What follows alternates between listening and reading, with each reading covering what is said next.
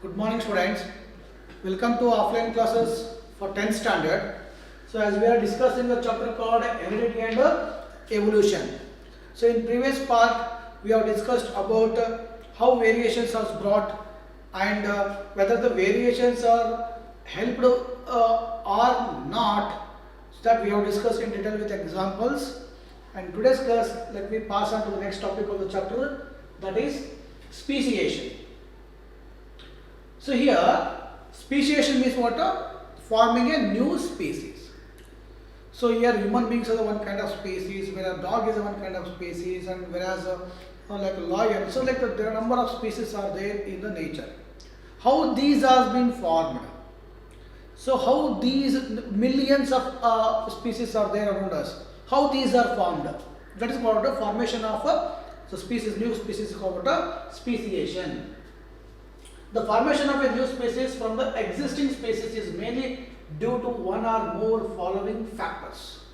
So how the species are formed? By three major factors. That is, one is what? Accumulation of variation. Second one, physical barriers, and genetic drift, and one more, natural selection and migration. So these factors which leads for formation of what? New species. What is that? First one, accumulation of variation. Second one, physical barriers. Third one, genetic drift. And the fourth one, natural selection. And the last one is what? Migration. By these factors are responsible for formation of a new species. Then let us discuss one by one. The first one, accumulation of variations. What is this accumulation of variation indicates? The differences between the individuals of the same species is called variation. So I already told you. So yesterday we have discussed one example, beetles, red beetles and the green beetles. So beetles are same, but only thing is what two kind of beetles we have seen, their variation is what? Color. Before the beetles are red in color, later the variations are accumulated and the green beetles are formed. So whereas two variations what we see what? The body color. So body color of these beetles are nothing but what? There is a variation. The accumulation of variations over several generations produce new species. So what happens, these variations are accumulating generation after generation after generation. Finally, it is going to form what? A new kind of species. So we have seen what? Red beetles we have seen. Then what happened? The variations are brought. Green beetles are formed. Next what? Blue beetles are formed. So like this, generation after generation, generation after generation. So variations are keep accumulating one generation after another generation, and finally what happens? A new species is going to be formed, and those new species totally different from the parent. So this is what one kind of the factor is responsible for formation of a new species. The second one is what? Physical barriers. Populations may get separated by physical barriers like mountains, rivers, lakes, etc. These also isolated groups produce variations which can produce a new species. For example, think again we will give an example, the beetles. Think there is some group of the beetles are living in a particular place where what happens? So due to some many natural calamities or heavy floods or heavy rains or the mountains or drought. So these what happens? They get separate those populations of what? Beetles. Once they get separate, so they form their own kind of groups. So when they form their own kind of groups, so in that particular group only they start undergo what? Reproduction. And they start producing what? So when they reproduce, there is a variations are occur. So variations are keep accumulating one generation after one generation after another. So this will also produce one kind of species, whereas another group is also can form one more kind of species. So this is also we see why they get separated because of what? Physical barriers. So here physical barriers are nothing but what? Like mountains, the rivers, lakes, and the drought, floods, okay, earthquake. So these are all the the barriers which may lead for formation of what new species. So this is another factor for formation of what new species. The next one, what genetic drift. So natural calamities or introduction of new members of the same species in an area can produce change in the gene pool of the population, and new variations are produced which can produce a new species. For example, again, think that, again I will take the same example, the beetles. So beetles are not made what two groups. So one is one particular places, one is another particular place. So what happens? The crow it is flying from one place to another places. So sometimes what happens? So crow, what happens when it is carrying the beetles for food? Sometimes what happens? Accidentally what happens? One beetle may going to fall into the group where the beetles are living. So what happens? The beetle which is entered from the one place to another places. What happens? They start undergoing reproduction with the existing group. So what happens? The new member, the beetle which is entered in that particular place is a new member. So that new member will undergo reproduction with the existing group.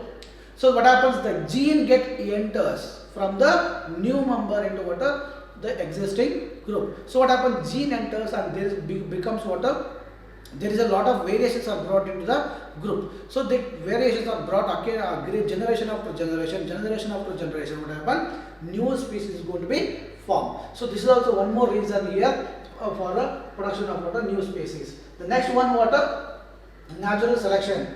Only those individuals of species which have useful variations and can adapt to the changes in the environment survive, and the others die. These organisms can produce variations and new species. Again, the same example here. So here before red beetles are there. So later what happened? They are going to produce green beetles. The green beetles variations are brought here. So those green beetles are the change we see in the green beetles. They can survive. They can survive because of the green beetles are not identified by the crows. So hence they have survived. So here the variations are helped of those beetles to survive in the nature. So whereas in the third situation we have seen there, so where the red beetles are going to produce blue beetles. But blue beetles, the variations are, then also variations are brought. But those variations are not helped for the beetle to survive. So they will die. Whereas which are survived, they will continue their populations. So they continue their population and they start producing their new organisms. And new organisms are keep undergo variations. Finally, they are going to produce new species. So natural selection is also plays very important role here, producing new species. The last one is migration. Some individuals of a species may migrate to a new geographical area and a large of an and adjust to the changes in the environment there and develop new variations and produce new species. So what is migration? Migration means moving from one place to another place. Think that there is an organism which is traveled from one place to other place, and when it traveled to other place and they get adapt to the environmental changes which takes place around that, and they undergo reproduction with the those animals which are live in that particular place, and they are produce organisms, and organisms show some variations when compared to the parent, and those variations are keep continuing generation after generation, and finally new species is going to be formed. So this is also one more important factor here, formation of new species. So like this, these are all the 5 factors plays very important role here for formation of a new species, and this is called speciation. And finally, what is speciation?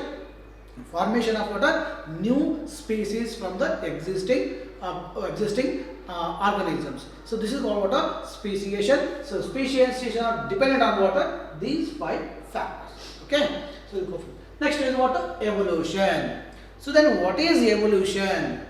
So the gradual changes takes place in living organisms, giving rise to new organism due to changes in their genetic composition is called evolution. So evolution means, so the lesson indicates what a heredity and evolution. So what is evolution? Evolution is gradual change. Gradual means what? Slow changes. Human beings are evolved from the chimpanzees we used to study. But these human beings, how they evolved, they are not evolved all of a sudden. They took so many number of years to become a human beings. So this gradual change is nothing but called what evolution. Then next is what inherited traits. Inherited traits are the traits in an organism due to changes in the genetic composition, and it can be passed from one generation to the another generation, and it is resulting in what evolution. So how the evolution takes place? So already we discussed inherited traits of an organism due to changes in their genetic composition. So already we discussed what variations are brought.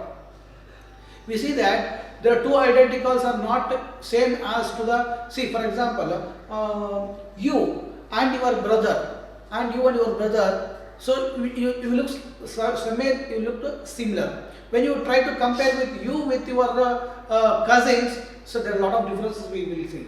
When your cousin will, if you compare with your friend, then again you will see a lot of differences. So these differences what we see, that is called what variations. How these variations are brought up? By what? By the genetic composition. These genetic composition is passed from one generation to the another generation, and that leads what? Formation of what? Results in the formation of what? Evolution.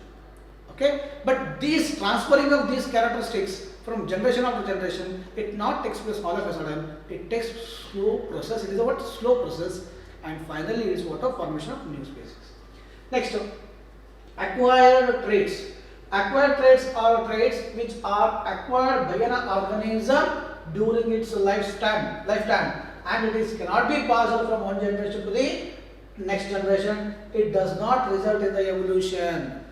For example, see whatever we experience in our life, that will not going to pass to the next level. So that is not considered as what evolution. For example, think your parent, the parent X and Y, so they were traveling one place to another place, and they met an accident. What happened? The father, he lost his left hand. Okay, and finally what happened? So he will reproduce, and he will go to produce what? A baby. The baby which is produced, the baby will not produce here handless baby? Absolutely wrong, because the change is not happen in the genetic material of his reproductive cells, so that it is not going to be transferred from next generation. One more example you will take a mouse, or a mouse you just take. So mouse will going to produce what? One more mouse. It is the mouse which is having a tail. So tailed mouse will going to produce what? A tailed mouse only. And one more, you just that tailed mouse you just take, once again you undergo what? Reproduction, and what happens again? Again it is going to produce what? One more tailed mouse. And one more, what you going to do with it? But operate the tail, cut the tail of a mouse, then allow the reproduction. Then the mouse is going to produce, after that, will the mouse is going to produce tailless mouse? No, the mouse is produced what? A tailed mouse only. Because this is what I am saying. Acquired traits are which are acquired by an organism during lifetime. So whatever they are experienced in the lifetime, that is not going to be, it cannot be passed from one generation to the another generation. So this is not result in the form. This is not result from the evolution. Okay. Next. Then we will say that evolution has brought from evolution has takes place. Evolution has takes place from organism to organism. So is there any evidence we have to say that evolution has takes place? Yes.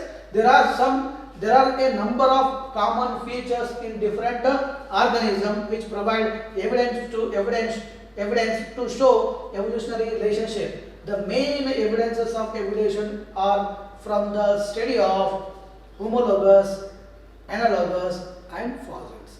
Here we say that we people are evolved from the chimpanzees and chimpanzees are evolved from some other animals.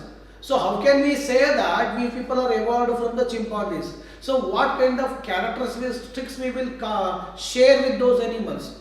Why can't we compare our with some other animals like a snake or somewhere else? Why we will compare with the chimpanzees or monkeys? Because we share so many number of characteristics with them. And you know that dinosaurs actually they all comes under what? Reptiles. So why we will consider them they are reptiles? Because they show a lot of similarities between what? Reptiles. And snake is example what? Reptile. And even the dinosaurs it is having a limbs, whereas snake doesn't have a limbs, but still dinosaurs we will consider as what? Reptiles. Why we will consider dinosaurs? Why we will keep the dinosaurs in the reptiles group? Because dinosaurs and snakes have so many number of similarities. What kind of similarities? How can we say that they are similar to them? Okay, we have some evidences here. That is what homologous organs and analogous organs and fossils. These are gives what clear picture, and these gives what evidence for us to they are having some. These are the three example to us that we have an evidence that the evolution has brought from organism to the organisms. So what are homologous then? What are homologous organs and what are analogous organs? Then what are fossils? All these things we'll discuss in the next class. Okay, thank you.